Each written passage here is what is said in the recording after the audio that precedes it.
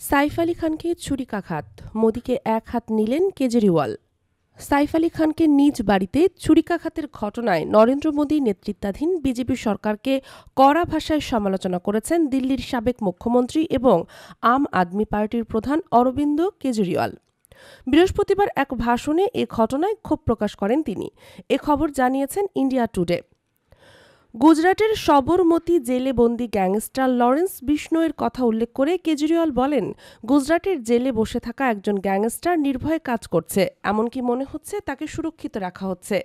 উল্লেখ্য, গত বছর বলিউড অভিনেতা সালমান খানের বাসভবনে হামলা এবং মহারাষ্ট্রের প্রাক্তন মন্ত্রী ও এনসিপি নেতা বাবা সিদ্দিকির হত্যার সঙ্গে বিষ্ণোই গ্যাং জড়িত থাকার অভিযোগ উঠেছিল। কেজরিওয়াল আরও বলেন, এত বড় একজন অভিনেতা যিনি এত নিরাপদ জায়গায় থাকেন, তার বাড়িতেই যদি আক্রমণ করা হয় তাহলে সাধারণ মানুষের কি হবে? এটি অত্যন্ত উদ্বেগজনক। রাজ্য এবং কেন্দ্রীয় সরকারের উপর এটি গুরুতর প্রশ্ন তুলছে। এর আগে সালমান খানের উপর আক্রমণ করা হয়েছিল, বাবা সিদ্দিকিকে হত্যা করা হয়েছিল। যদি সরকার এত বড় সেলিব্রিটিদেরও নিরাপত্তা দিতে ব্যর্থ হয় তাহলে সাধারণ মানুষের অবস্থা কি হবে? ডাবল ইঞ্জিন সরকার সুশাসন বা নিরাপত্তা কিছুই দিতে পারছে না। অরবিন্দ কেজরিওয়াল কেন্দ্রীয় সরকারের উদ্দেশ্যে বলেন, নোংরা রাজনীতি বন্ধ করে জনগণকে নিরাপত্তা প্রদানের জন্য কাজ করার আহ্বান জানাচ্ছি। এর আগে সাইফ আলী খানকে ছুরিকাঘাতের ঘটনায় কেজরিওয়াল টুইট করে নিজের প্রতিক্রিয়া জানান। তিনি লেখেন, সাইফ আলী খানের উপর হামলার কথা শুনে আমি স্তব্ধ। এদিকে বলিউড অভিনেতা সাইফ আলী খানকে ছুরিকাঘাতের ঘটনায় জড়িত সন্দেহে একজনকে আটক করেছে ভারতের পুলিশ।